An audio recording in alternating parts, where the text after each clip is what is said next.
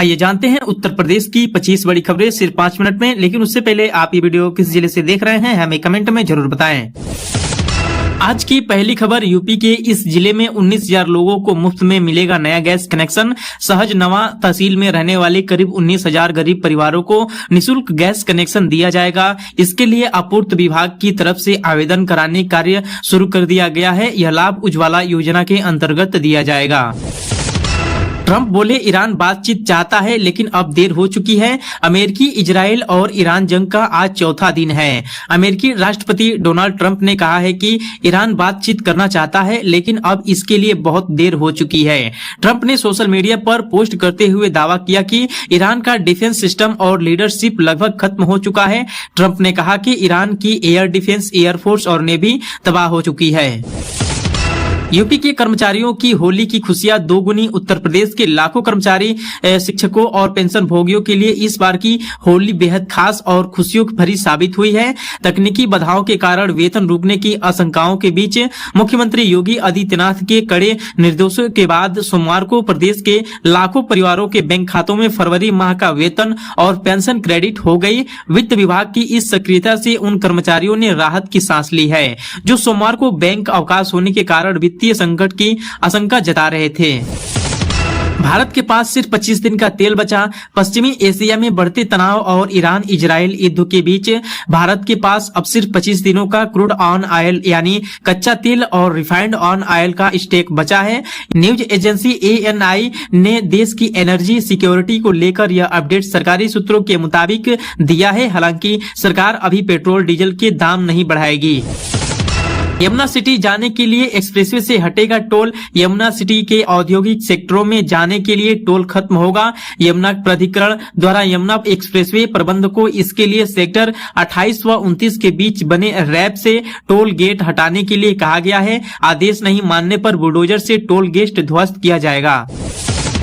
UP में लक्ष्य से अधिक धान खरीद। योगी सरकार ने किसानों को किया 14,886 करोड़ का भुगतान। उत्तर प्रदेश में खरीफ क्रय सत्र 2025 से 26 के लिए धान खरीद प्रक्रिया पूरी हो गई है। योगी सरकार ने 60 लाख मीट्रिक टन के लक्ष्य को पार करते हुए 62.30 लाख मीट्रिक टन धान खरीदा, जिससे 10.53 लाख किसानों को 14,886.35 करोड़ का भुगतान किया है। यूपी के सरकारी स्कूलों में डिजिटल ऐप से मजबूत होगी बच्चों की पढ़ाई। परिषदीय विद्यालयों में नए शैक्षणिक सत्र से डिजिटल शिक्षणों को बढ़ावा दिया जा रहा है। इसके लिए दीक्षा ऐप, खान एकेडमी और डी टीचर ऐप को बच्चों और शिक्षकों के उपयोग के लिए उपलब्ध कराया गया है। इन प्लेटफॉर्म पर कक्षावार वीडियो लेसन, इंटरेक्टिव क्विज, अभ्यास सामग्री, ई पुस्तकें और विषयवार मॉड्यूल उपलब्ध हैं, जिनसे छात्र अपनी गति से पढ़ाई कर सकते हैं और कठिन विषयों को आसानी से समझ सकते हैं। पीएम मोदी ने ओमान, कुवैत और कतर के नेताओं से की बात। मिडिल ईस्ट के हालात पर जताई चिंता। पश्चिमी एशिया में लगातार बिगड़ते हालात के बीच भारत की चिंता भी बढ़ी है और इस लिहाज से कूटनीतिक सक्रियता भी तेज होती दिख रही है। मंगलवार को पीएम मोदी ने खाड़ी क्षेत्र के 2 महत्वपूर्ण नेताओं को ओमान के सुल्तान अहद बिन तारिक और कुवैत के क्राउन प्रिंस सबा अली खालिद अल हामिद से टेलीफोन पर बातचीत की। दोनों वार्ताओं के दौरान प्रधानमंत्री ने संबंधित देशों में हुए हमलों पर गहरी चिंता व्यक्त की और वहां रह रहे भारतीय समुदाय की सुरक्षा एवं कुशलक्षेम पर विस्तार से चर्चा की। इकना स्टेडियम में फिर दिखेंगे रोहित कोहली का दम। भारतीय क्रिकेट कंट्रोल बोर्ड ने सोमवार को अफगानिस्तान क्रिकेट टीम के भारत दौरे को लेकर आधिकारिक कार्यक्रम घोषित किया। दोनों देशों के बीच 1 टेस्ट मैच और 3 एक दिवसीय मुकाबले की सीरीज प्रस्तावित है। वनडे मैचों की सीरीज खेली जाएगी। इसके तहत सीरीज के दूसरे मुकाबले की मेजबानी अटल बिहारी वाजपेयी इकना स्टेडियम को मिली, जहां 17 जून को टीम इंडिया और अफगानिस्तान के बीच टक्कर होगी। आरक्षण पर विपक्ष को कोई मौका नहीं देगी। योगी सरकार उत्तर प्रदेश में भर्तियों में आरक्षित को कम कोटा मिलने के बाद विवाद को पूरी तरह से खत्म करने की तैयारी है। आरक्षित पदों की संख्या तय होने के बाद ही भर्तियां की जाएंगी। विभागों को रिक्त का प्रस्ताव भेजने से पहले अनुसूचित जाति, अनुसूचित जनजाति, अन्य पिछड़ा वर्ग और EWS के पदों को स्पष्ट करना होगा। जरूरी हुआ तो इसके लिए आयोगों के साथ विभागों द्वारा बैठक भी की जाएगी, जिससे भर्तियों को लेकर कोई पेंच ना फंसे। बुलंदशहर में सिया समुदाय नहीं मनाएगा ईद। बुलंदशहर के जहांगीरबाद कोतवाली क्षेत्र के गांव साखनी में ईरानी supreme leader Ayatollah Ali Khamenei की मौत के बाद शोक का माहौल है। साखनी करबला के मौलाना मुनव्वर हुसैन ने 3 दिन के शोक की घोषणा की है। साथ ही इस बार ईद नहीं मनाने का भी ऐलान किया है। मौलाना मुनव्वर हुसैन ने बताया कि सिया समुदाय में शोक की लहर है। उन्होंने ईरान के सुप्रीम लीडर की शहादत को पूरी इंसानियत के लिए काला अध्याय बताया। गांव में इजराइल और अमेरिका के खिलाफ भी गहरी नाराजगी व्यक्त की जा रही है। राष्ट्रपति मुर्मू के मौजूदगी में अभी आम भक्तों को मिलेगा रामलला का दर्शन।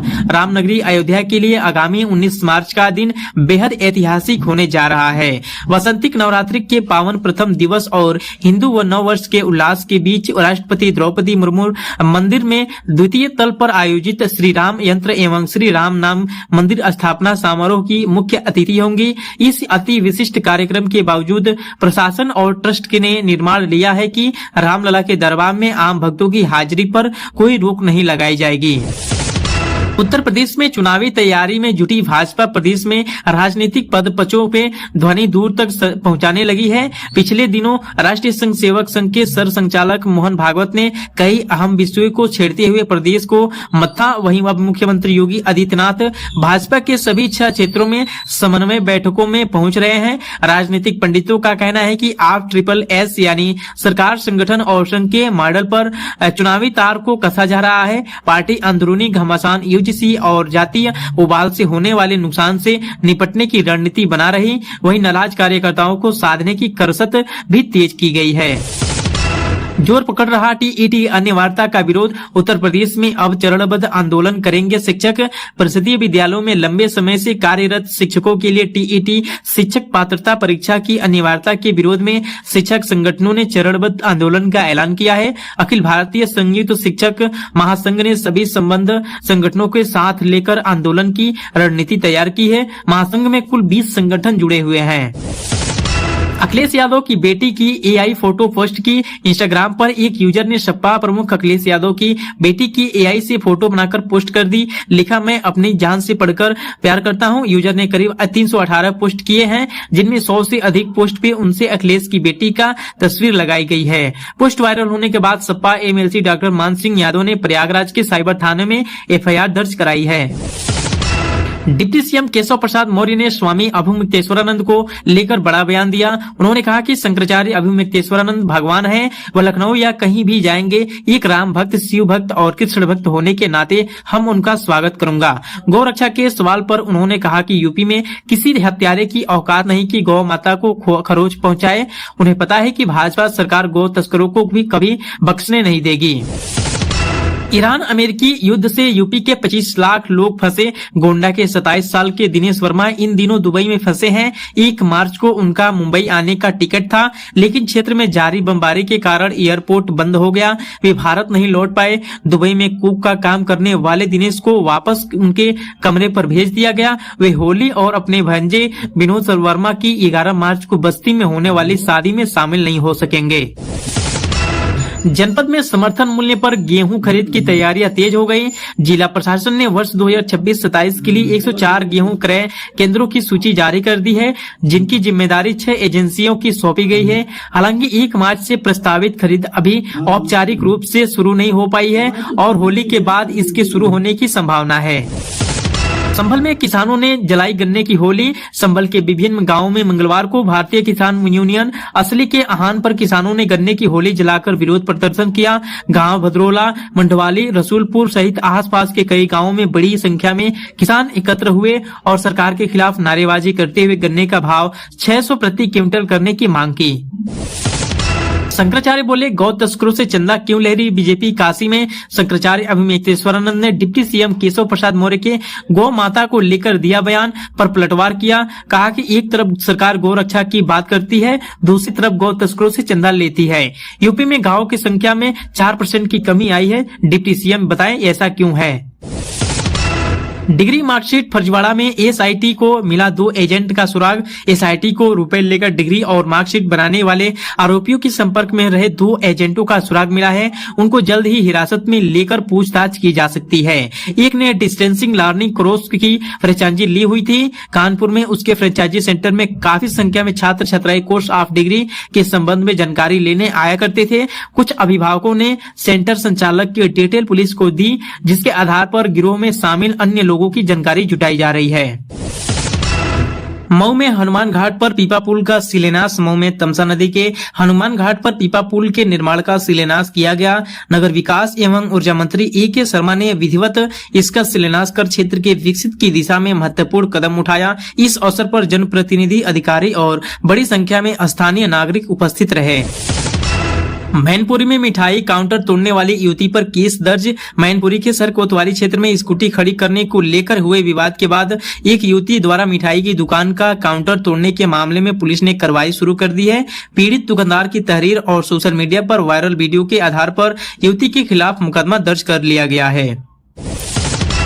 देवरिया में अवैध शराब फैक्ट्री का भंडाफोड़। देवरिया में कोतवाली पुलिस और आबकारी विभाग की संयुक्त टीम ने 3 मार्च को पूर्वा मोहल्ला स्थित एक मकान में अवैध शराब फैक्ट्री का भंडाफोड़ किया। पुलिस ने मौके से 77 लीटर से अधिक मिलावटी शराब, भारी मात्रा में रासायनिक पदार्थ और पैकेजिंग सामग्री बरामद की। इस कार्रवाई में 2 आरोपितों को गिरफ्तार किया गया है। यूपी में बीमार लोगों को सीएम योगी ने दिया बड़ा आश्वासन। मुख्यमंत्री योगी आदित्यनाथ ने जनता दर्शन में गंभीर बीमारियों के इलाज के लिए आर्थिक सहायता की मांग करने पहुंचे लोगों को आश्वस्त किया कि वह बेफिक्र होकर अच्छे अस्पताल में उपचार कराएं। सरकार उनको भरपूर आर्थिक सहायता देगी। मुख्यमंत्री ने इसे लेकर अधिकारियों को निर्देश भी किया कि जिन लोगों को उपचार में आर्थिक सहायता की आवश्यकता है, उनके एस्टीमेट की प्रक्रिया को जल्द से पूरा कराकर शासन को उपलब्ध कराया जाए। हर जरूरतमंद को इलाज के लिए मुख्यमंत्री विवेका निधि कोष से सहायता राशि उपलब्ध कराई जाएगी।